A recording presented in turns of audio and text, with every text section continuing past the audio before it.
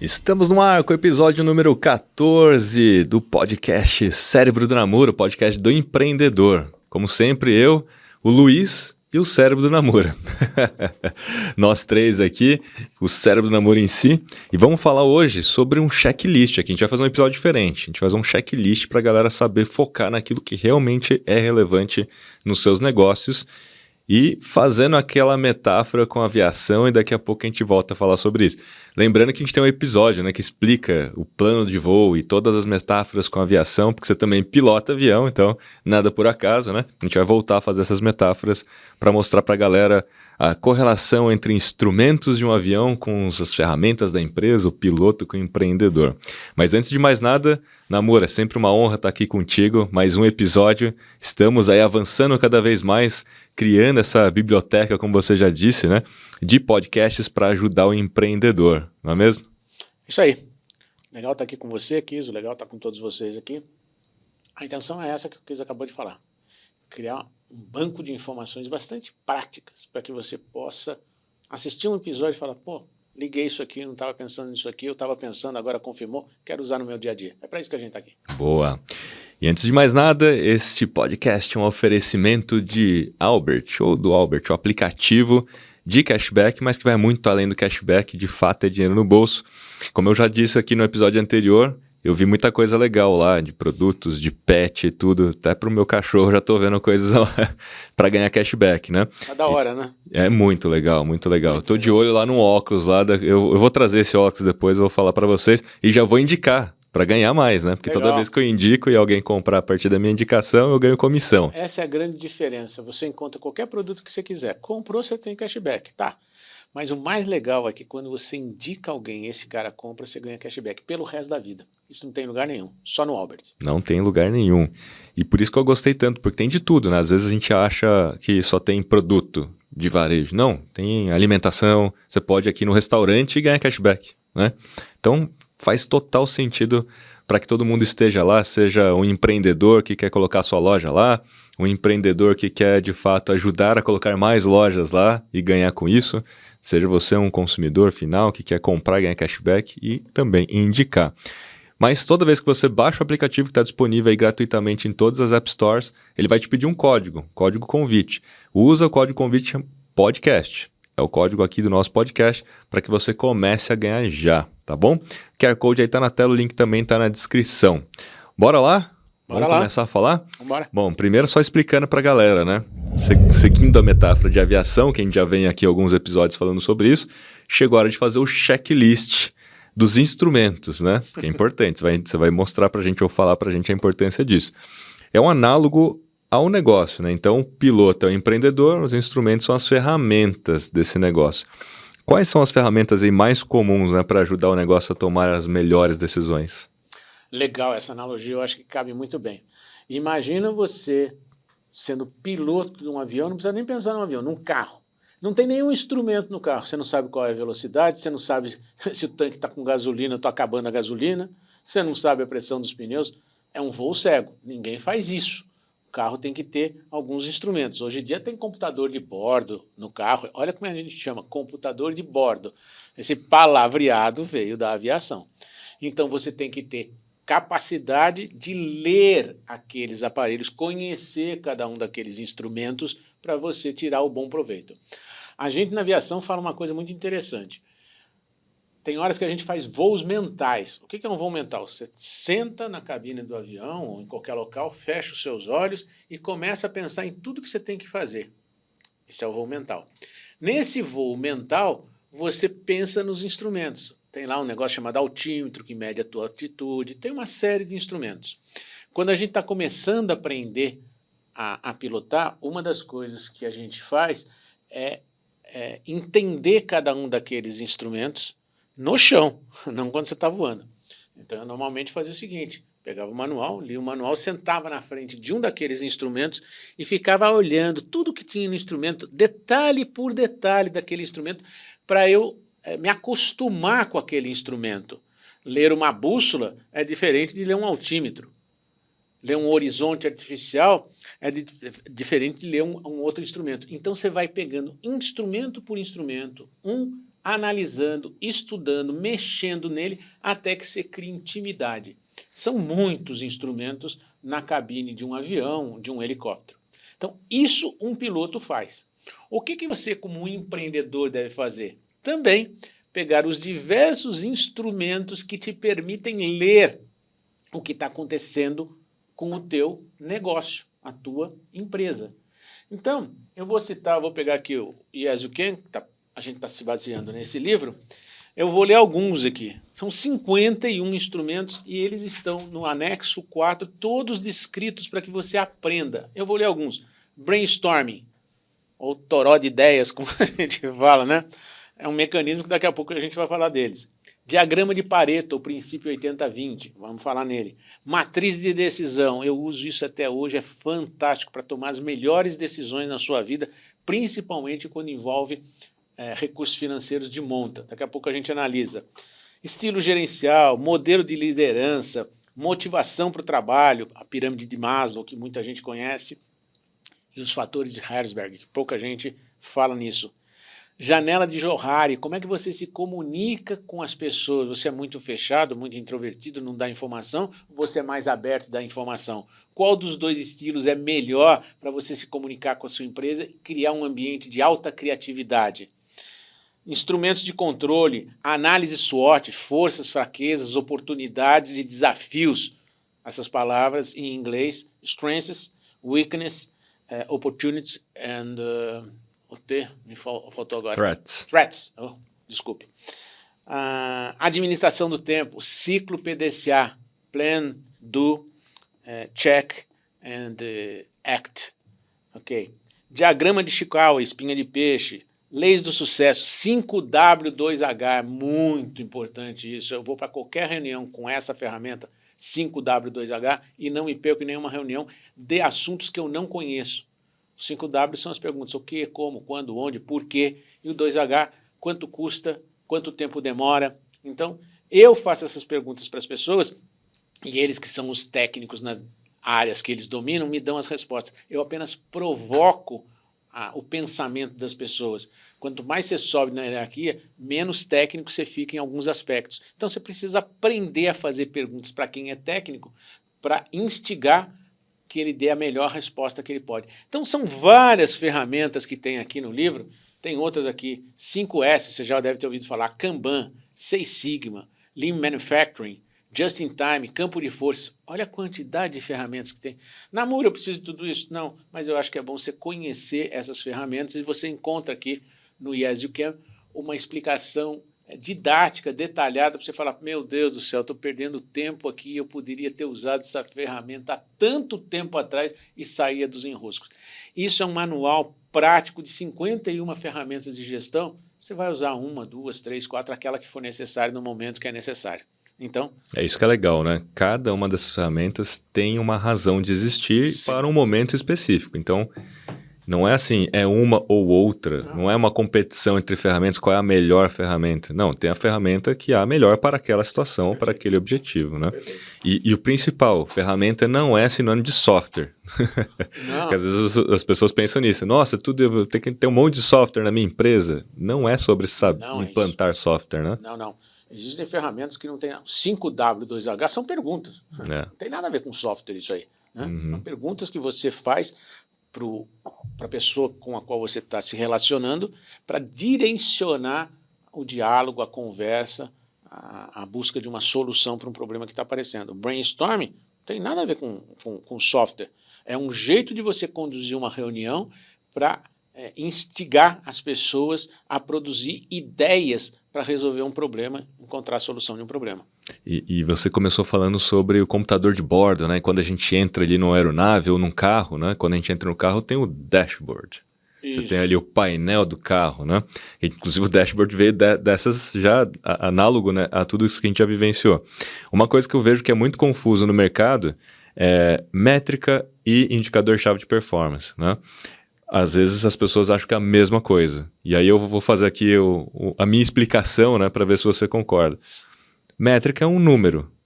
Indicador, ambos são indicadores, né? Indicador-chave de performance são indicadores, mas métrica e o tal do KPI, né? Então, métrica é um número. Então, quando você entra dentro do carro, Você tem o velocímetro, você tem o nível de combustível, você tem a rotação do motor. São números, são métricas. Isso não te diz nada. Nada. Né? Se você entra num carro, liga ele e sai andando, olhando apenas para as métricas, você não sabe para onde você vai, você não sabe quando que você tem que chegar, ou seja, você não tem um objetivo claro e muito menos uma meta. Né? Uhum. Então você só está andando com o negócio lá e tal, e olhando as métricas. Né?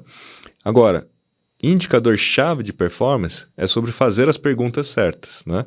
Você entra no carro e fala, aonde eu quero ir? Primeira pergunta, antes de ligar o carro, certo? Aonde eu quero ir? Aonde eu quero chegar? Eu estou num ponto A, vou para um ponto B, supondo. Eu quero ir para o aeroporto, porque eu tenho que pegar um voo, tenho que fazer check-in. Então eu tenho já um objetivo. Sair do ponto A até o ponto B até o aeroporto. E eu tenho que estabelecer uma meta. Eu preciso chegar em 1 hora, porque eu tenho que chegar lá antecipadamente para fazer meu check-in e despachar minha mala.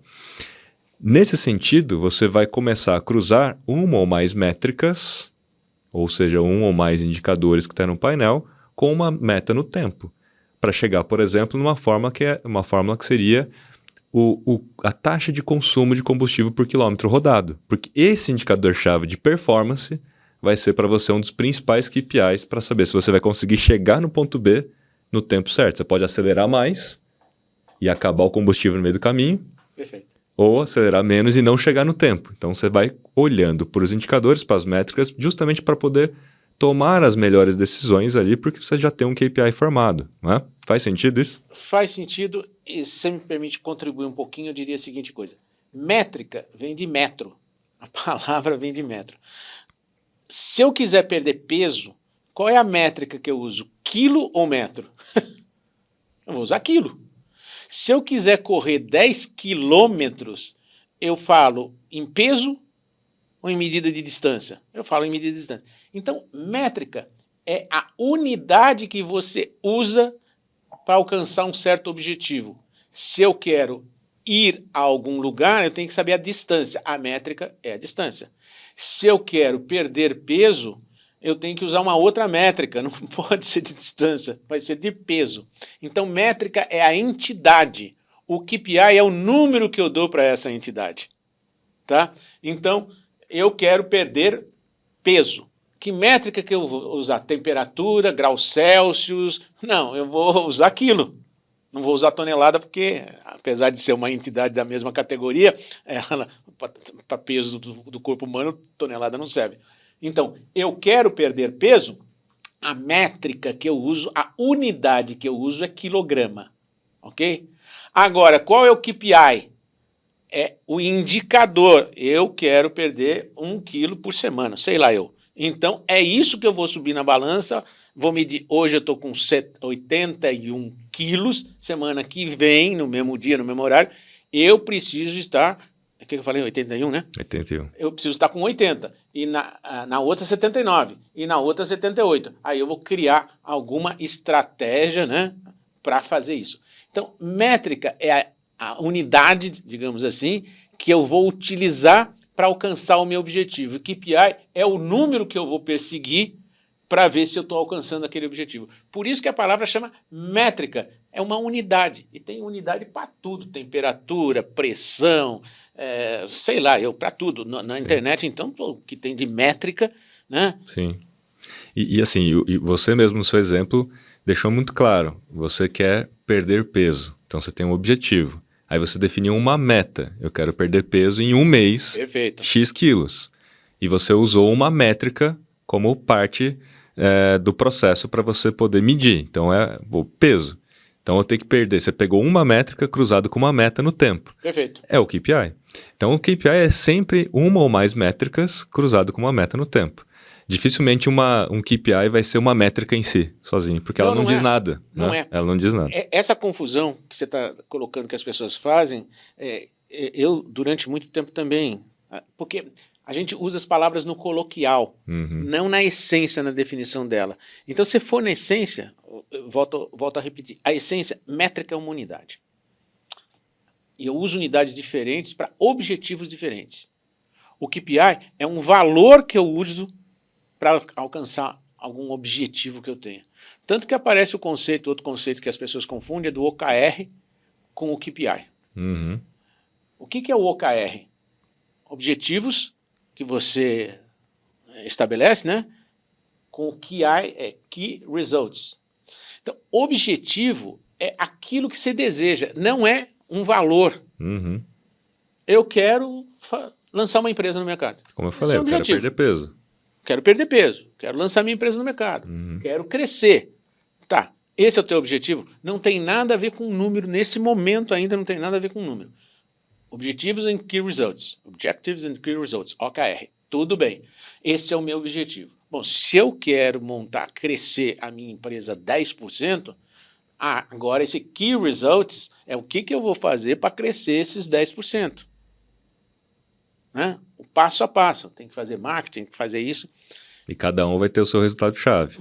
Cada um vai ter um mesmo objetivo. Exatamente, vai ter o seu resultado-chave. Espero que tenha ficado mais ou menos claro isso para vocês. Então, métrica vai ser a unidade, o KPI vai ser o número que eu vou perseguir, o OKR são os objetivos que eu tenho e os resultados-chave que eu quero alcançar. OKR. Muito bem. Você vê que nos dois, tanto no KPI e no OKR, aparece a palavra key. É a coisa chave, é a essência do que eu quero alcançar. Que tem a ver com o tema do episódio, né? Que é sobre focar naquilo que é relevante. Isso! Aí você tocou num ponto que é muito interessante. Eu coloquei aqui 51, sei lá ferramentas. Qual que você foca? Naquilo que for relevante. Quando eu estou com a aeronave descendo, eu foco na velocidade que eu tenho que ter, porque se eu tiver uma velocidade muito baixa, ela estola, ela cai. Então, eu não posso baixar de uma certa velocidade. Falando em avião, helicóptero não, é outro papo. Então, eu tenho que ter aquela velocidade. E eu tenho que ver o altímetro, quanto que eu estou baixando para chegar, encostar na pista com tranquilidade. São as principais coisas que eu estou vendo. Eu não estou vendo temperatura. Claro que se acender uma luz amarela lá que deu algum problema, eu vou prestar atenção. Mas não é nisso que eu estou prestando atenção. A gente faz uma coisa em pilotagem que a gente chama de escanear os instrumentos. Depois que você acostumou com todos os instrumentos, você olha para fora e olha para um instrumento. Olha para fora e olha para outro instrumento. Olha para fora e olha para outro instrumento. Você não fica olhando para todos os instrumentos 5 minutos e olha para fora, aparece um urubu e bate em você. Entendeu? Então o escanear é olhar para o cenário e olhar para um instrumento que te dá alguma informação. A mesma coisa aqui. Eu olho para o cenário que está acontecendo no mercado e pego um desses instrumentos e vejo, por exemplo, no brainstorm se eu estou tendo as ideias que eu quero. No 5W2H, se eu estou fazendo as perguntas que eu preciso. Então, eu tenho um conjunto de instrumentos ali que, dependendo da situação, eu vou usar um ou vou usar outro. Igualzinho pilotagem. E falando de brainstorming, né, é a ferramenta mais comum, né? Acho que para quem sabe e quem não sabe o que são as ferramentas e instrumentos, sempre fala-se de brainstorming. Né? Vamos fazer um brainstorm e tal, né? E aqui a gente já está começando esse episódio, né, quebrando alguns mitos, né, e tudo mais. Na sua opinião, o que a maioria das pessoas não sabem e não respeitam os princípios de brainstorming, né? Quais são os principais erros nesse uso desse instrumento? O principal é não entender para que serve a ferramenta. Vamos lá. Ferramenta de brainstorming serve para reunir pessoas e terem ideias. O melhor brainstorming que eu conheço é boteco.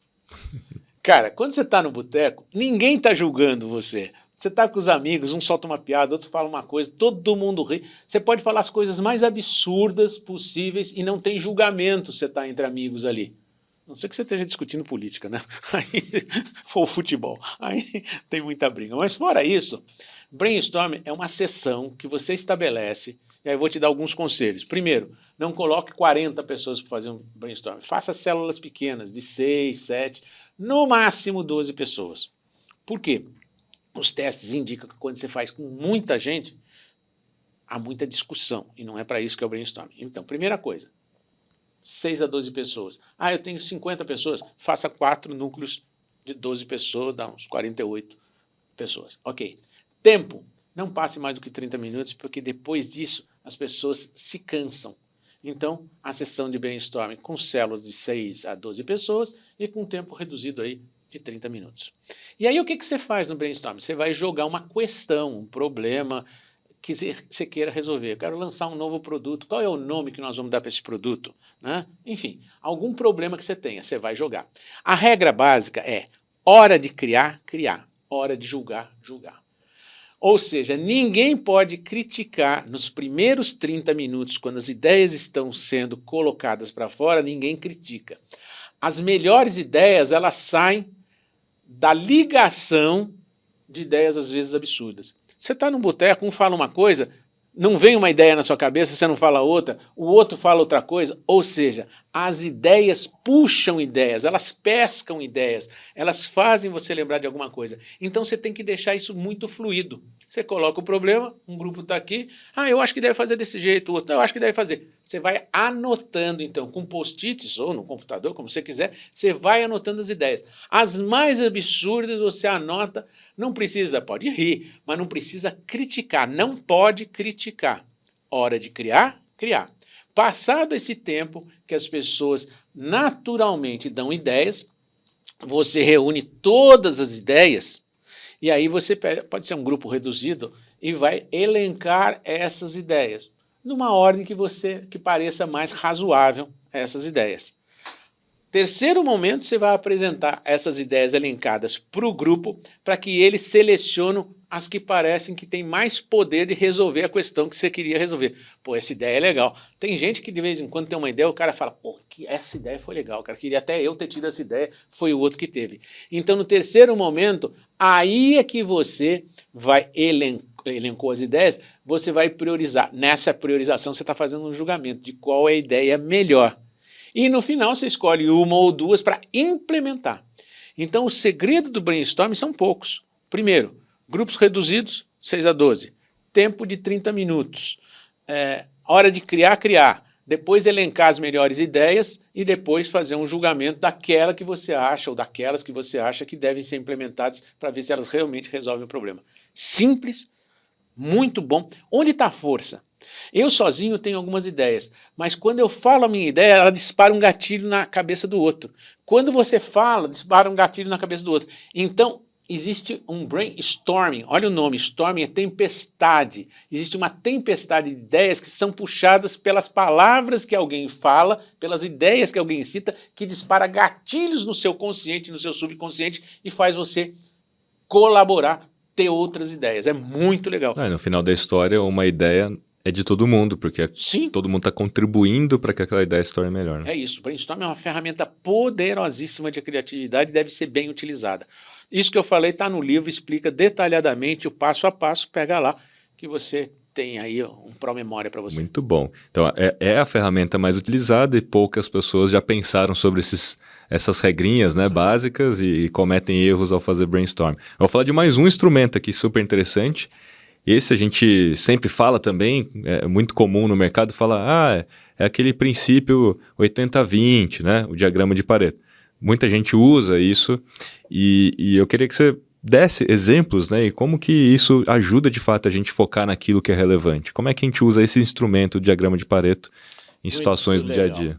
Às vezes você está vendo cenários, às vezes políticos, né? E alguém vira e fala assim, eu tenho as seguintes prioridades, lista 10 coisas. Prioridade é alguma coisa que vem. É saúde, educação, é transporte, é lazer, é meio ambiente. Qual que é a prioridade? Não é isso. Prioridade é alguma coisa que vem antes de tudo. Uhum. Então, para eu estabelecer prioridades, eu preciso saber a relevância que uma certa coisa está causando, impacto positivo ou negativo. Então, vamos pegar um exemplo que é bastante simples, reclamações. Tá? Então você tem a sua empresa e estão aparecendo reclamações do seu produto. O que você faz? Você pega as 5 reclamações que mais. Por que 5? Porque 1/5 vai ser 20%. Daqui a pouco eu explico. Você pega as 5 reclamações que mais aparecem. Vamos citar aqui. Tem gente reclamando aqui que o atendimento é ruim. Tem gente reclamando que atrasa a entrega do produto. Tem gente reclamando que a embalagem veio rasgada. Tem gente reclamando que veio trocado, o produto que eu pedi não era aquele. E tem outras reclamações. Uhum. São 5 categorias de reclamações. Você pega a primeira e vê quantas vezes tem gente reclamando que o produto está estragado.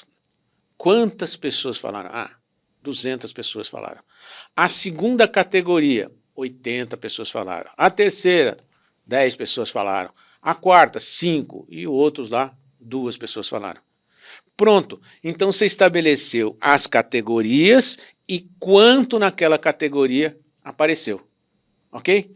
Normalmente a primeira categoria, a primeira e a segunda categoria, corresponde a 80% de todas as reclamações. Então eu não vou, nesse primeiro momento, pensar nas outras. Eu vou resolver os 80% que estão reclamando de duas coisas. Produto que está chegando estragado e atendimento falho. Produto estragado. Vamos ver lá no departamento que manda o produto, por que está chegando estragado? Acho que a embalagem que nós estamos usando não é boa. Alguma coisa desse tipo, que ele não reclamou do produto, disse que chegou estragado. Ou ele reclamou que o produto lá dentro estava estragado, eu vou ver o que foi no meu controle de qualidade. Eu vou botar foco nisso. E o outro, até me esqueci aí. Você falou de atraso, atendimento. Atraso, por qualidade. exemplo, se for a segunda categoria que mais aparece, eu vou conversar com a empresa de logística que faz a entrega dos meus produtos e falar com ela, eu tenho que fechar um contrato com você que não pode demorar 3 dias para chegar, tem que chegar em um dia, enfim. Aí você bota foco nos 80% de casos que estão causando estrago na tua imagem. Pronto. Isso é o diagrama de Pareto. Então, o que você está dizendo, Amor, só para tentar fechar um raciocínio aqui, para ver se eu entendi, se as pessoas também que estão nos vendo entenderam, né? Você prioriza fazendo um corte de top 5. Você já fez uma primeira priorização, que é um corte de top 5, para quê? Porque cada um vai representar 20%. 20%. 20 vezes 5, 100%, então você já tem ali já a divisão. E, invariavelmente, pelo princípio 80-20, 20% é responsável por 80% das reclamações. Normalmente é isso que acontece. Isso, que é onde você deve focar. É exatamente isso. Por que eu dividi em 5 categorias? Isso que o Kiso falou. Porque 1 em 5 dá 20%. Ou seja, eu não fico pensando em 800 categorias. Aí você se perde. Só 5. E veja a primeira, os 20% que dão mais reclamação. É nela que eu vou focar. Por isso 80-20. 20% dos problemas ocorrem numa categoria. Entrega atrasada, por exemplo. Essa é a categoria que mais aparece. O pessoal reclama. Entrega atrasada, entrega atrasada, entrega atrasada. Por que eu vou pensar em outra coisa se eu não resolver essa primeiro? Primeiro eu resolvo essa. E isso é priorizar. Mas tem todas as outras. Eu sei, companheiro, mas você não consegue dar conta de todas. Então resolve a que está te dando mais dor de cabeça. Resolveu essa, encaminhou, vai para a segunda categoria. Vai para a terceira, e assim sucessivamente. E o contrário, né? A gente está falando de reclamações, né, e tal, mas existe o lado oposto no sentido, assim, de produto. Poxa, eu tenho aqui meu produto, as pessoas compram o produto porque certamente ele resolve uma dor, um problema, mas esse produto tem algumas funcionalidades. Se a gente for falar de produto digital, fica mais fácil, né? As funcionalidades. Ou mesmo através do Albert, no aplicativo. Dentro do Albert você tem algumas funcionalidades. E acontece também de que 20% das funcionalidades, se a gente fosse pegar o top 5 funcionalidades dentro do aplicativo, 20% responsável por 80% das pessoas que estão se cadastrando e usando. Muita gente não usa determinadas funcionalidades, não enxergou o valor, né? É típico. Acontece também, né? Eu já vi estatísticas que as pessoas usam, por exemplo, do Word, 5% das funcionalidades que ele tem. 5%. Tem uma pancada de funcionalidades. As pessoas nem conhecem, nem sabem andar por aquilo, nunca fizeram um curso. Então, é típico de produtos terem muitas funcionalidades que as pessoas não usam. O que isso faz no produto? Encarece o produto desnecessariamente. Tanto que você tem alguns celulares, para as pessoas com mais idade e tal, que tem pouquíssimas funcionalidades, pouquíssimas, mas para essas pessoas a letra é maior. Algumas coisas são feitas especificamente porque a pessoa usa para muito poucas coisas. Eu estava vendo ontem aqui, eu estava atualizando para o iOS 16 e fui ver. Eu estou com 256, se não me engano, aplicativos aqui. 200? Nossa. 256 aplicativos. Eu estou olhando e falei assim, preciso dar uma limpada nisso aqui. Tem aplicativo que eu usei uma única vez, eu fui curioso, coloquei e não usei. Então, para que eu preciso de tudo isso aqui? Quer ver onde você tem desgaste para caramba de memória? Nas fotos, né? Quando a foto era revelada, você tinha um rolinho com 36 fotos. Você pensava 10 vezes para bater uma foto, porque você ia perder aquilo. Depois você tinha que... E custa, né? Custa. Aqui, como não custa, você vai batendo. Mas custa assim. Sabe o que custa? Não é que a memória tem que ser maior. Custa você achar aquela foto que você precisa na hora que você precisa. É um problema. É um problemaço. Então, você tem que ser mais cuidadoso ao utilizar a ferramenta. Então, às vezes, para você fazer um produto que atenda um determinado segmento, o simples é melhor do que o completo, digamos assim. Porque as outras coisas, 85%, 90% das vezes as pessoas não vão utilizar. É a história do focar naquilo que é relevante. É então, isso. se você medir, né, em termos de uso de produto e identificar que 20%, né, do seu produto representa 80% do porquê as pessoas compram aquele produto, muitas vezes você pode eliminar certas funcionalidades, porque ninguém está usando, aquilo só custa servidor, tráfego, depende do que é o seu produto, né? Ou se fosse produtos industrializados, pior ainda, né? Que insumo, etc. Então elimina aquilo, elimina no custo, você pode cobrar mais barato, aumenta a escala. Então, você foi cirúrgico agora. Ah, mas tem gente que eu vou perder porque queria aquela funcionalidade. Tá bom. Você vai perder essas pessoas. E quantas outras você vai ganhar por não ter aquela funcionalidade e ter o que elas querem e precisam mais barato? Exatamente. Então, são esses raciocínios e essas ferramentas que estão no livro ajudam você a perceber. O diagrama de Pareto é uma ferramenta fantástica que ajuda você a perceber, pô, estou gastando uma energia do caramba. Marketing digital. Onde é que eu vou colocar?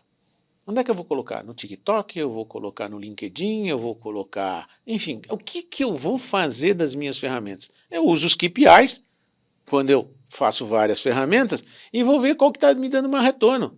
Aquela que estiver me dando mais retorno, eu vou fazer. As outras eu vou abortar. Óbvio, para que eu vou gastar tempo e energia fazendo uma coisa que não está me dando resultado? É isso aí. Vamos para o nosso segundo bloco Firmeza Sem Arrogância, onde a gente vai falar um pouquinho aí da sua experiência nas suas empresas, né? E nas suas empresas, assim, a gente falou de OKR no começo, então eu queria te perguntar, o que você utiliza para olhar o desempenho dos colaboradores? Vocês usam OKR no dia a dia? O OKR, ele não usa o OKR no dia a dia. A gente pensa no OKR. Principalmente na época de planejamento estratégico, a gente pensa no OKR ou OKR, que é que objetivo nós temos para o ano que vem, que é o O. Uhum. Tá? E quais são os key results que eu quero? Bom, o objetivo que a gente tem é fazer, por exemplo, o Albert crescer do jeito que ele está crescendo, exponencialmente. Mas quanto que é isso exponencialmente? É 1%, é 10% ou é 50%? Então, eu diria que o OKR, ele é uma visão mais macro da empresa. Não chega no ser individual, vocês não chegam no nível de cada um ter o seu plano. Tem várias coisas que você pode fazer, inclusive a nível pessoal com o OKR.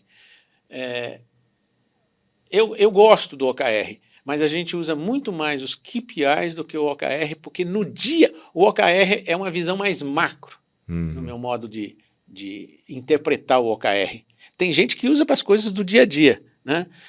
Para as coisas do dia a dia eu prefiro usar, principalmente a gente que fala muito em marketing digital, a palavra KPI em marketing digital, ela está o tempo todo, você não escuta falar muito de OKR no marketing digital. Porque eu estou pensando em CPL, eu estou pensando em CAC, eu estou pensando em CPA, eu estou pensando em views. As ferramentas que me trazem, as ferramentas de analytics que me trazem esses KPIs, elas falam em KPIs. Então a gente quase que fica impregnado pelo KPI. E é isso que a gente vai usar. Eu estou aqui olhando quantas pessoas, vamos lá, no TikTok. Aqui não é OKR. Então eu estou lá no TikTok vendo, olha, tem aqui na minha caixinha de entrada, comentários, 150 a mais. Novos seguidores, 120 a mais, agora nesse tempo que nós estamos. Então, isso tem mais a ver com KPI, seguidores, comentários, likes, do que com OKR. E na sua opinião, né? Porque o KPI tem a ver, de fato, com o desempenho do negócio, do marketing ou de cada um dos departamentos. E para avaliar os próprios colaboradores no seu desempenho do dia a dia, né? O OKR não seria mais interessante pensando em desenvolvimento mesmo, pessoal? Pode ser, você pode usar. Eu acho que qualquer um dos dois você pode utilizar. Tem gente que usa muito. Na área de vendas, por exemplo, o que você vai fazer? Você vai saber quantas chamadas você fez ou fizeram para você, quantos contatos você teve com as pessoas, quantas conversões você teve. Então, na área de vendas é uma área muito simples de você utilizar essas unidades aí. E aí, para mim, tanto faz se você vai utilizar uma ou outra. É mais ou menos para mim, para fazer uma analogia, para ficar simples, você prefere medir as coisas em polegada ou prefere medir as coisas em centímetros? Sei lá. Desde que você esteja medindo. Desde que você esteja medindo. Então, o que a gente vê, principalmente em marketing digital, é métrica. Você vai, métrica no sentido agora mais coloquial do termo. Você vai medir. Você tem que medir. Você pode usar as ferramentas tipo OKR ou você pode usar os KPIs. Para mim é indiferente. Muito bem. E na sua experiência, né, dentro dos seus negócios também, qual foi a importância de vocês, agora falando de software, tá? Qual foi a importância de vocês adotarem softwares como RP, CRM? Aí é outro padrão. O ERP ele vai dar uma visão geral das empresas de todos os departamentos. Chão de fábrica, finanças. É muito bom você ter um ERP. Ah, mas eu sou muito pequenininho. Tem ERPs que você pode comprar no mercado e você vai crescendo com o tempo. O ERP, para quem não sabe, é Enterprise Research Planning. É um planejamento de recursos para a sua empresa. Então, ele integra. Ele nasceu há muito tempo atrás, ele veio devagarinho crescendo. Ele nasceu mais na área de finanças, contabilidade, e aos poucos ele foi integrando. A nota fiscal que eu tiro tem que ver com o chão de fábrica que fez o produto. Então, é muito bom você ter um software, uma plataforma de ERP, eu não vou fazer jabá de nenhuma aqui, tem umas muito famosas, e tem umas brasileiras e estrangeiras que você pode utilizar para ver, saltar aos olhos as correlações que ocorrem no funcionamento da sua empresa, de todos os departamentos, finanças, contabilidade, chão de fábrica, vendas, enfim, isso é o ERP. Tá? Então, a gente tem um ERP que a gente utiliza e isso facilita bastante. E o CRM, na sua opinião, foi importante também? O CRM é importantíssimo para você, na área de vendas, é importantíssimo e de atendimento, para você entender como é a tua relação com os teus clientes. Porque no CRM você vai colocando um histórico, principalmente quando você tem inside sales, vendas no telefone que você está fazendo com as pessoas. Como é que uma venda no telefone funciona bem e como é que ela funciona mal? Uma ligação a frio funciona mal. Poucas pessoas hoje em dia atendem um telefonema de um número desconhecido. As pessoas atendem o WhatsApp. Você manda, aí pelo WhatsApp você chama a pessoa para conversar com você. E quando você chama a pessoa para conversar com você, o que você tem que fazer para ter um resultado positivo numa venda? Conhecer a pessoa. Não ligue para alguém sem conhecer esta pessoa. Ah, mas como é que eu conheço alguém que eu não conheço? Faz uma pesquisa, algumas perguntas que você vai fazer no WhatsApp, por exemplo, ela responde aquilo e isso vai dentro do CRM. CRM é uma plataforma que você tem uma série de dados, que à medida que você vai utilizando, ele vai pegando, a inteligência do sistema vai sendo utilizada e vai formando uma base de dados. Eu posso ligar para você daqui a 6 meses e falar, ô Rubens, tudo... Ô, Rafael... Rubens é meu pai, né? Desculpe. Eu tenho esse ato falho, eu te peço sempre desculpas por isso. A gente já tem até um recorte aqui no podcast, né, do Rubens. Companheiro, Rubens é o pai do Rafael, trabalhou comigo muito tempo, então sempre que eu falar Rubens é Rafael, tá? Tá ótimo, tá, Desculpa, tá bom. Kiso. Pronto, Kiso, aí resolveu. E eu me perdi. Serve para um ou para outro, né? Eu me perdi o que eu estava falando. Não, a gente tá falando de CRM, né? Ah, sim. E principalmente dos dados, de você saber, de fato, entrar em contato, né? Isso. A partir dos dados. Daqui a 6 meses eu vou ligar para o Kiso, não estou lembrando. Eu vou no CRM e recordo as perguntas o diálogo que eu fiz com você, e aí eu crio uma intimidade. Kiso, você lembra que 6 meses atrás a gente estava conversando, você falou que gostaria muito de fazer esse curso junto comigo, mas que não era oportunidade, espero que agora você já esteja mais calmo, porque você sabe quanto esse conhecimento vai alavancar a tua carreira. Vamos conversar sobre isso? Eu comecei a conversa com o Kiso me lembrando de alguma coisa de 6 meses atrás. Isso quebra o gelo. Isso gera rapport, empatia. E tem uma personalização também nessa. Perfeito. Né? E isso, você não vai anotar isso numa folhinha de papel, né?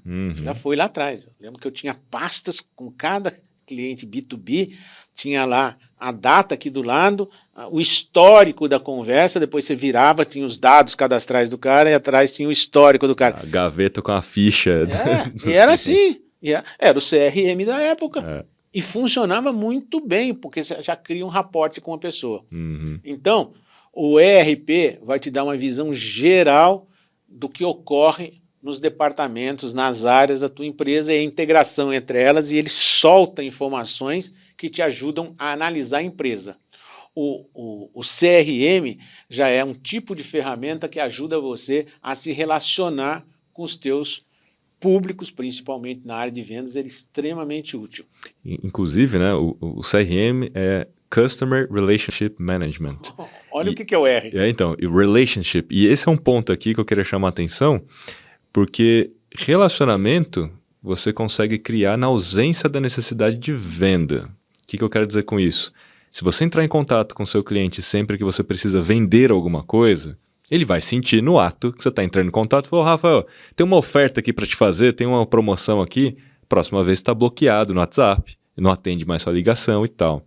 Quando você entra em contato com base nos dados, no histórico, nos interesses que lá estão, né, no CRM, o Kiso gosta disso, se interessa por aquilo, etc., ou tem esse problema, né, no negócio e tal, você entra em contato para mandar um conteúdo que vai agregar, que vai ajudar a pessoa no dia a dia, e você nem tentou vender nada, né? Você tentou de fato ajudar, aquilo é a reciprocidade que a gente já falou algumas vezes, né? Há uma certa reciprocidade. Puxa, o Kiso entrou em contato comigo, lembrou de mim, quando ele viu isso aqui, que, ele lembrou do meu problema, tá me ajudando. Olha, né? Isso que você falou é de uma importância tão grande que eu até fiz uma brincadeira no TikTok, eu comigo mesmo contracenando, né? Eu ensinando o outro a vender e eu com outra fantasia sendo comprador. Então vai lá no TikTok que você vê isso daqui. @Luiz Namura, TikTok. @Luiz Namura, TikTok. E lá eu falo uma coisa muito interessante, que o maior segredo que existe em venda não é vender, é fazer o outro comprar. E como é que você faz o outro comprar? Mantendo um relationship com o cara, em que você vai dialogando com ele e ele percebe que você tem algo que resolve uma dor, um problema, uma necessidade, um desejo dele. O CRM é uma ferramenta que concentra todas essas histórias, vamos dizer assim, que faz com que você possa conversar mais com esse foco de auxiliar do que de querer forçar. As pessoas têm uma imagem equivocada de vendas porque os vendedores querem forçar a pessoa a querer alguma coisa que ela não quer. Você não faz a pessoa decidir, você dá argumentos para que ela decida, você não decide por ela. Ela decide por si mesma. E você faz isso o quê? Numa conversa. Às vezes você está numa conversa com os amigos, ele fala uma coisa, você fala outra, daqui a pouco você influencia ele a tomar uma decisão. As pessoas tomam decisões por conta própria. O máximo que você pode fazer é influenciar. E esse relationship, esse relacionamento, se estabelece entre as pessoas, quando ele é bem honesto, empatia. O que os gringos chamam de rapport. Esse relacionamento de você querer ajudar. As pessoas estão muito ligadas e elas percebem quando você quer ajudar. É lógico que elas sabem que você quer vender alguma coisa, mas elas estão refratárias a você até elas perceberem que você está ali tentando ajudar e que aquilo é bom para elas. Quando elas percebem isso, elas passam a querer comprar. Então, o maior segredo de venda não é vender, é fazer o outro comprar. E você faz isso através do relacionamento e prestando um serviço para a pessoa. Aí a venda acontece. É mais sobre merecer uma oportunidade do que pedir uma oportunidade. Perfeito. Né? Porque pedir uma oportunidade depende do outro. Perfeito. E merecer uma oportunidade depende de você e da forma como você se relaciona com esse outro. E tem uma máxima aí que a gente tem usado muito, né? Quem me ensinou isso foi a Renata, né? Quando termina uma venda, você não fala, eu como vendedor não falo para o cara, obrigado. Quando eu falo obrigado para o outro, significa que ele fez um favor para mim. Uhum. Eu falo parabéns. Porque quando eu falo parabéns, é porque eu dei a ele a oportunidade de adquirir o meu produto ou serviço. Parabéns, você encontrou a solução. Olha a diferença que uma palavrinha gera, aí é neurociência no teu cérebro. Se eu falar, eu como homem de venda, se eu falar obrigado, você fez um favor para mim. Uhum. Se eu falo parabéns, eu fiz um favor para você. Sim. Entendeu? Então você conduz isso até chegar no parabéns. Muito legal, muito legal. Vamos fazer um break para falar aqui do livro. Pega o livro aí, Luiz, tá na mão.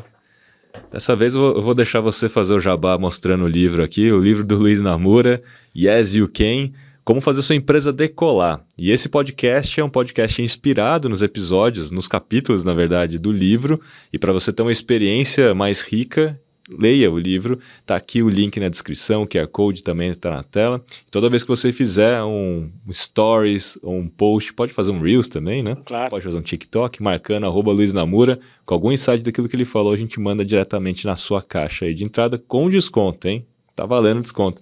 Muito bem. Vamos para o nosso terceiro e último bloco, que é o bloco franqueza sem descrição. Já juntei aqui, a gente já fez pinga-fogo nos outros episódios, mas agora eu juntei tudo num bloco só, porque tem a ver, né? Franqueza sem descrição, é sobre isso. Namura, tem muito achismo nos negócios, na sua opinião? E qual é a melhor ferramenta para tomada de decisão sem achismos? Achismo é o que mais tem. Na vida inteira. Você entra em qualquer conversa com as pessoas falam alguma coisa porque elas acham que é aquilo. Achismo significa você não se aprofundar para emitir opinião. Vem de crenças, vem de valores. Tá errado? Não, é assim que os seres humanos se comportam. Mas será que isso está certo dentro de uma empresa? Aí são outros 500. Sempre foi assim, né? Aquela frase. A empresa não é local de você achar. Achar é emitir uma opinião sem dados. Uhum. Quando você emite uma opinião focada, baseada em dados, aí não é mais achismo, ok? Então, achismo é opinião emitida por alguém sem dados. Quando você tem dados para emitir a sua opinião, aí é uma certeza, digamos, que você está emitindo para as pessoas. E como é que você chega nisso?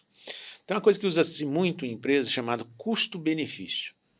Eu vou analisar o custo de oportunidade, o custo de executar alguma coisa vis-à-vis os benefícios. Custo é uma coisa muito simples, né? Um número. E benefício? Como é que mais intangível, né? É intangível. Como é que você transforma benefício em um número? Custo-benefício é uma divisão. Custo dividido pelo benefício. O custo está em cima, o benefício está embaixo. Tem que ter um número para isso. Então, como é que a gente transforma esse intangível em intangível? Eu vou dar um exemplo. Existe aqui na página 76, eu vou tentar mostrar, hein? Vamos ver se dá. Na página 76, a matriz de decisão. O que é essa matriz de decisão? É algo muito simples, mas muito útil, principalmente quando você quer comprar ou investir em algo. Vamos supor que você queira comprar um carro para a empresa. E aí você vai perguntar para uma pessoa o que é importante. O cara fala, tem um motor potente. Tá. O outro fala, tem que ter um bagageiro grande. O outro fala, não, tem que ter um sistema de segurança grande, porque a gente está nas estradas, pode bater. Cada um vai falando uma coisa. Se você for pensar só no motor, pode ser que você tenha um motor super potente sem bagageiro, uma Ferrari, não vai servir para o seu negócio. Então você tem que considerar essas várias características que são os benefícios que o produto que você quer adquirir vai te dar. Serve para comprar um carro, serve para comprar uma máquina de produção, qualquer coisa, você vai colocando lá as características. Estou usando o carro porque é fácil, todo mundo compreende. Cada coluna é uma característica. Cada linha é uma característica. Linha é uma característica. Motor, potência, bagageiro, segurança, enfim, as várias coisas. Conforto, coloca ali. Qual é mais importante? Você chega para a equipe e fala, todo mundo fala, o motor é o mais importante, porque é em ladeira. Então você dá um peso para isso daí. Peso 5. E outra coisa que é importante, o bagageiro é bastante importante, mas o motor é mais importante, porque a gente leva coisa pequena, então eu não preciso de um bagageiro muito grande, mas são coisas pesadas. Por exemplo, então qual é o peso que você dá para o quesito bagageiro? Peso 4. E assim sucessivamente. Você vai dando pesos. Uma coisa é mais importante que a outra, tem um peso maior. Pronto. Aí nas colunas você coloca os veículos. Veículo A, veículo B, veículo C, veículo D, que é o que você vai analisar. Aí você pega o veículo A e fala a seguinte coisa. No quesito motor, ele tem um motor excelente ou tem um motor vagabundo? Se ele tiver um motor excelente, você dá nota 5, por exemplo. A nota para o motor. A nota para o motor, nota 5. Ou o motor é mais fraco, a nota é 3. Você vai dando nota para o motor em cada um desses para esses carros, para esses veículos. Você vai para o seguinte quesito, bagageiro. O primeiro tem um motor muito bom, mas o bagageiro dele não é tão bom. Então, a nota para o bagageiro é 3. O outro nota 2, o outro nota 4, o outro nota 5. E você vai dando notas para cada quesito, para cada veículo. Uhum. Quando você terminou de fazer essa tabela, o que você vai fazer? Você vai pegar a nota do motor vezes o peso, que nem a gente tinha aula, né? Que era 5. Era 5. 5 de nota vezes 5 de peso, 25. 25 é o quê? É o benefício, é o desempenho daquele quesito. E você vai fazendo essa multiplicação. Peso vezes nota, peso vezes nota, peso vezes nota, peso vezes nota, para todos os quesitos. Isso dá o desempenho. Aí quando você soma todos os desempenhos, dá o benefício em termos numéricos. Você transformou aquele conceito em um número. Você faz isso para todos os carros você tem o benefício, aí você divide pelo custo do carro, você tem a relação custo-benefício. Qual é a decisão que você vai tomar? Você tem 3 decisões para tomar. Ou você compra o carro que você quer pelo menor custo, seja lá porque esse é o meu critério de decisão, o menor custo, ou eu não quero nem saber, dinheiro aqui está sobrando, eu vou comprar pelo maior benefício, ou pela melhor relação custo-benefício, o menor custo com o maior benefício. Não é o que tem o máximo de benefício, mas é o que tem mais benefícios com o melhor custo. E aí você decide pela relação custo-benefício. Ficou bem claro agora o racional, né? Custo-benefício, né? Que é custo dividido por benefício. Não é só uma palavra, custo-benefício. É custo dividido pelo benefício. O custo é um número, quanto custa. O benefício que nós fizemos com essa matriz de decisão é transformar aquilo que você falou, quesitos intangíveis. Eu acho que esse motor é melhor que aquele, mas acho quanto?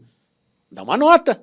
A nota é a forma de você quantificar, de tangibilizar aquilo que é um achismo. E padronizar, né? Porque se você fosse olhar apenas pelos aspectos técnicos do motor, cada um vai ter. Um é 2.0, 1.6, outro é turbo, outro tem não sei quantas, né? Fica mais difícil ainda, né? Não, mas você racionalizou tudo com notas. E padronizou o processo de tomar decisão. E mais, a decisão não é tomada porque fulano acha que bagageiro é a coisa mais importante, então a opinião dele tem que valer. O outro grita mais alto e fala que potência é mais importante, a opinião tem que valer. Fica uma discussão, quando você decide sem essa matriz, sabe o que acontece? Você vai privilegiar de forma não técnica um quesito. E aí os outros vão falar, lógico, o cara influenciou lá o chefe, está perto dele, é peixinho dele, cria um ambiente horroroso, mesmo que a decisão seja até mais ou menos adequada. Quando você faz isso e as pessoas participam, ela percebe que ela construiu a decisão. E foi por unanimidade aquele peso. Foi por unanimidade o peso. E as notas, todo mundo deu as suas notas. É muito interessante fazer isso. Adorei essa matriz de decisão, muito bom. Aí alguém me fala uma coisa que é muito legal, essa é forte. E se um dá uma nota 2, o outro dá uma nota 4, o outro dá uma nota 6? Muito discrepante a percepção. Muito discrepante. Né? É muito interessante isso. Você tira a média. E por que eu sei que a média é razoável?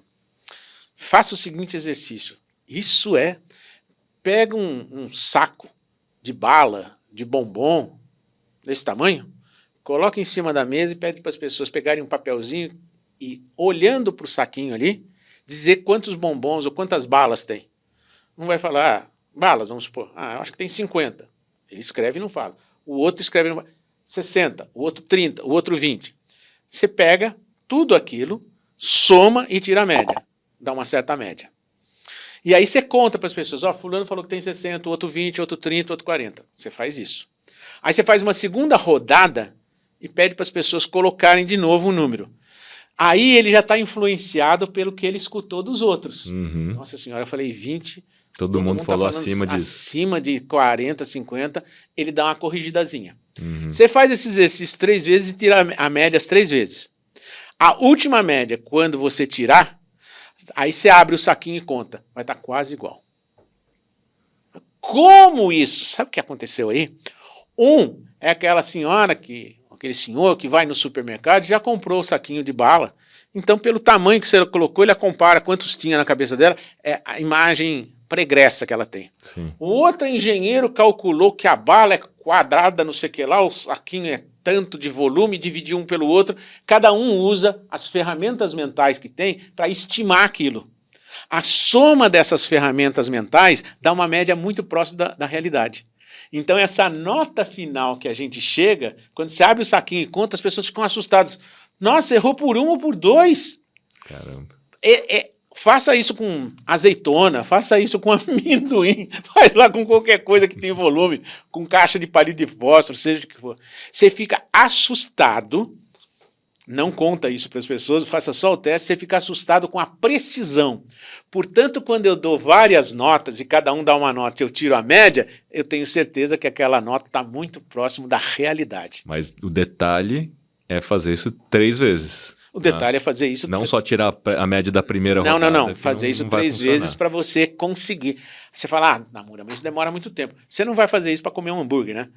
Para comprar um hambúrguer, você vai lá e compra um hambúrguer que você gosta, não interessa. Agora, se você for comprar uma máquina de $1 milhão, eu acho que é bom você acertar, tomar uma decisão. Por isso chama matriz de decisão, é para fazer uma decisão. Eu uso isso muito para coisas de alto impacto na empresa ou de alto custo, uma decisão que pode impactar o futuro. Vou pela direita ou vou pela esquerda? Caramba, bicho, o que eu faço? Fenomenal. Não existe mágica, existe lógica. Parece mágica, mas não é. Existe lógica, né? E Namura, na sua opinião e aí na sua experiência, né? A gente precisa dar atenção aos pequenos problemas. Eu sei do caso aí seu, né, que você contou até no episódio passado, né? Tava tendo uma goteira no seu telhado, problema pequeno, né? Aí quando vem uma chuva grande, exatamente, o problema se torna um problema grande. Olha, a coisa que mais eu escuto de empreendedores, Namura, você não tem ideia do tamanho dos problemas que eu tenho que resolver. Eu falo, eu tenho sim. Como que você tem? Porque esse problema, quando era pequeno, você não deu atenção para ele. Uma reclamação de um cliente que você deixou lá no departamento, vai lá, resolve, pode te causar um prejuízo fora do comum, porque aquilo pode crescer por um mau atendimento, por exemplo, a pessoa ficar com raiva de você, colocar nas redes sociais e quando você vê aquilo ficou gigantesco. Nossa, mas eu não tenho energia para ver tudo. Treine a sua equipe. Não dá para você escalar alguma coisa que está errada, você só aumenta as besteiras. Então você tem que refinar o teu processo, o teu modelo, o treinamento das tuas equipes, até que você consiga escalar. Porque senão, com a mesma velocidade que você cresce, você cai. Porque a gente comete erros. E a gente não consegue ver tudo. Então os nossos braços são os nossos colaboradores.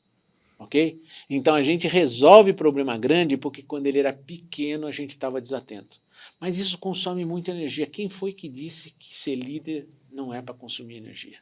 Você quer ser líder e ser o CEO, ser empreendedor, você vai ser líder. Você pode ser um bom líder ou um mau líder. Lá na frente no livro eu vou mostrar qual a diferença entre líder e chefe, colaborador e funcionário. A gente vai tratar muito desse assunto que é muito importante.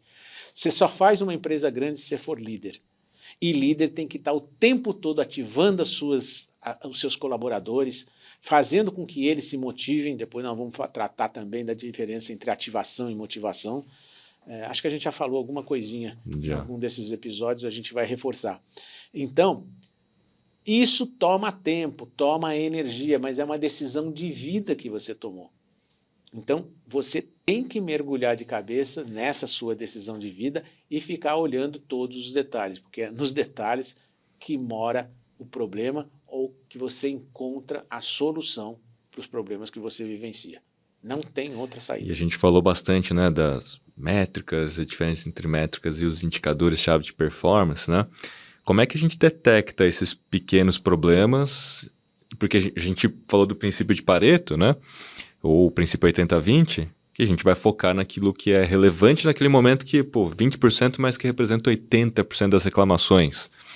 E aquilo que está lá em quinto é pequeno naquele momento, mas pode se tornar grande um dia. Então vamos lá. Então, como é que a gente resolve os pequenos problemas antes da hora? Se você já descobriu que tem aqueles pequenos problemas, ele está ali. Uma coisa é descobrir os problemas, outra coisa é atacar os problemas. Uhum. Então, descobrir, você tem que ter canal de comunicação aberto. SAC as empresas têm, Ombudsman as empresas têm, enfim, canais de comunicação. A gente vai tratar disso de comunicação na janela de Johari. Quanto mais aberta a sua comunicação, mais as informações chegam para você. Tem que ser aberta com seus funcionários, tem que ser aberta com seus clientes. Eles têm que ter um canal que eles clicam o dedo e se comunicam com você. Não dificulta a comunicação do cliente com você. Ele vai falar. Aí você caiu numa caixa, né, que tem todos os problemas e você prioriza.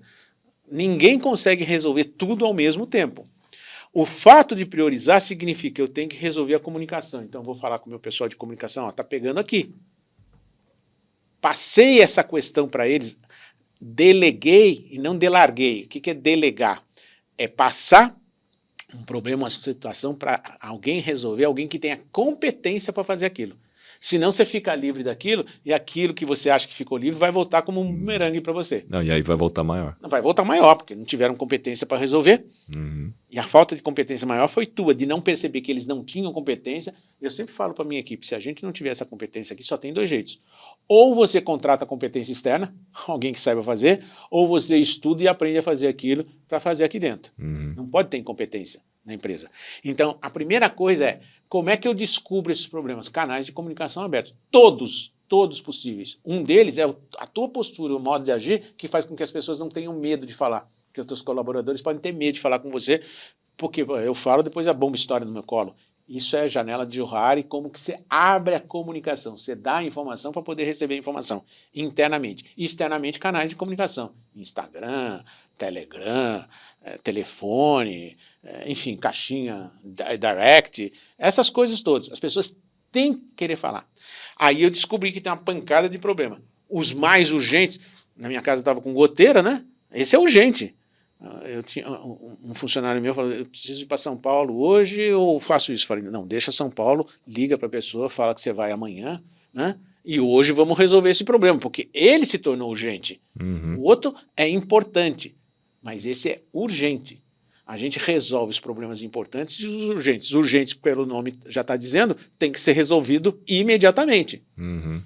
Encaminhou essa questão, vai para os outros, até que você chega naqueles que não tem tanta gente eventualmente sendo impactada, mas são importantes na medida do tempo que você possa disponibilizar para resolver aquilo. Acho que se você medir a progressão daquele problema e entender que aquele pequeno problema está crescendo rapidamente, dá para você priorizar ele antes dele se tornar um grande problema. É um outro critério que você pode usar. Você poderia usar o Pareto pela velocidade com que o problema está crescendo. Sim. Então a categoria seria velocidade. São poucas pessoas, mas está vindo com tanta velocidade que é um tsunami que eu preciso resolver eles, porque ele está crescendo muito rapidamente. Ele é pequeno, mas hoje era 1, amanhã virou 10, no terceiro dia virou 100, ele está crescendo de uma forma exponencial. Então, peraí, apesar de ser pequeno, a velocidade de crescimento é altíssima. E por isso que ter, por exemplo, um dashboard com um indicador visual mostrando a velocidade que a coisa está crescimento te ajuda como instrumento, né, para você tomar uma decisão antes do leite derramar, né? Sem dúvida alguma. Então, o critério que você usa está no Pareto, nas categorias que você define. Poderia ser a quantidade de vezes que aparece o problema ou a velocidade de crescimento com que ele aparece. Esse daqui apareceu com alta velocidade de crescimento. Não tinha ontem, começou a crescer muito rapidamente hoje. Então, é tipo uma crise em mídias sociais. Então, por assim, exemplo, se você está medindo o tempo todo qual é a saudabilidade da sua marca, daquilo que estão falando, se ela é neutra, positiva ou negativa, todo dia você está medindo lá, está lá o reloginho. Sua saudabilidade está em 90%, 95%. Em menos de 24 horas aquilo caiu para 70%. Aí você já começa a falar, estou entrando numa crise. Aí começa de 70 para 60. Então, você visualmente já entende que você está entrando numa crise de mídias sociais, você já tem que tomar uma ação ali. Excelente. Antes de explodir na mídia, explodir em tudo quanto é lugar, né? Às vezes é uma atitude que você toma muito pequena que dá um cancelamento. Exatamente. Cancelamento. Basta. A gente viu no BBB, né? Algumas pessoas que estavam no auge se posicionaram de um jeito equivocado lá, quando saíram com 98%, sei lá, 99% de rejeição. Exatamente. Olha o tamanho do Basta problema. uma frase, né? Basta uma frase. Falando em frase, uma frase aqui do ex-CEO da IBM: People don't do what you expect, but what you inspect. Luke Gessner. Comente. É simples. Você quer falar isso em português? É olho do dono que engorda a boiada. Tradução livre. Tradução totalmente livre, porque o Luke Gessner nunca falaria isso. O que ele está dizendo é a seguinte coisa: você não recebe o que você espera das pessoas, você recebe o que você inspeciona. Porra, mas o cara é profissional, é competente. Tudo bem, cara, mas as pessoas em algum momento dão uma relaxada. É do ser humano. Se acomoda, né? Se acomoda. Você trabalha pra caramba atingir um certo ponto. Quando você atinge, você se dá o direito de descansar. Isso ocorre muito na área de vendas. Por exemplo, você estabelece uma meta para o cara vender 25 unidades em 30 dias. Quando chega no 20º dia, ele venceu, bateu a meta, às 25, vai receber uma bonificação lá por isso. O que acontece nos outros 5 dias? Ele relaxa.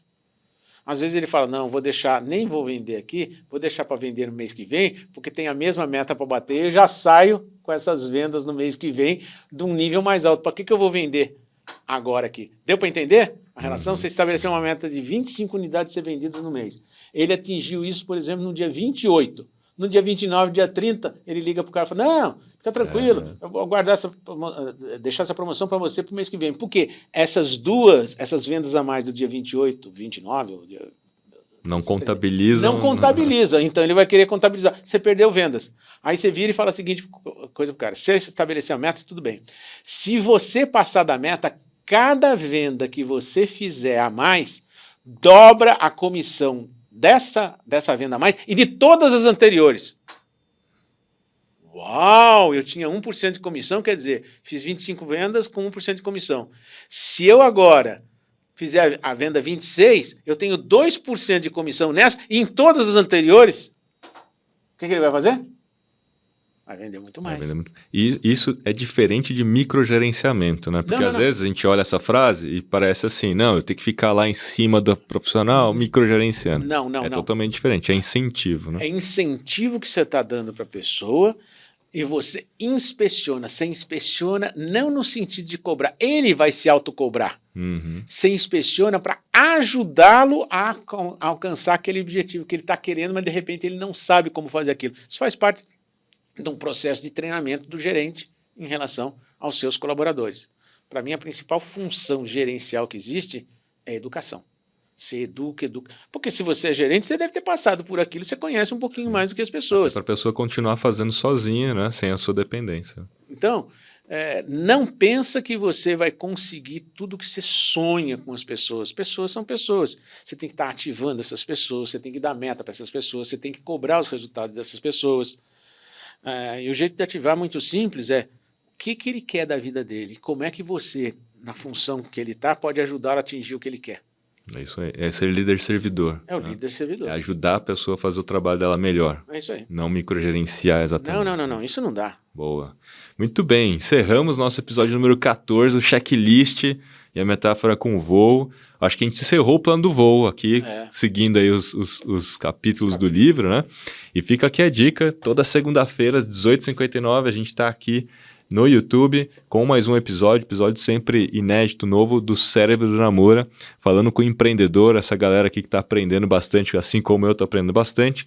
E não se esqueçam de ganhar cashback com o aplicativo do Albert. Eu já estou falando aqui que tem muita coisa legal, estou descobrindo cada dia novos produtos. Já estou comprando lá e quero indicar para você aí. Coloca meu cupom lá para eu ganhar junto, hein? Mas falando em cupom, você vai se cadastrar com o código podcast, código convite podcast. Está disponível em todas as App Stores de forma gratuita. Namura, foi animal esse episódio, hein? Gostei demais. Palavras finais?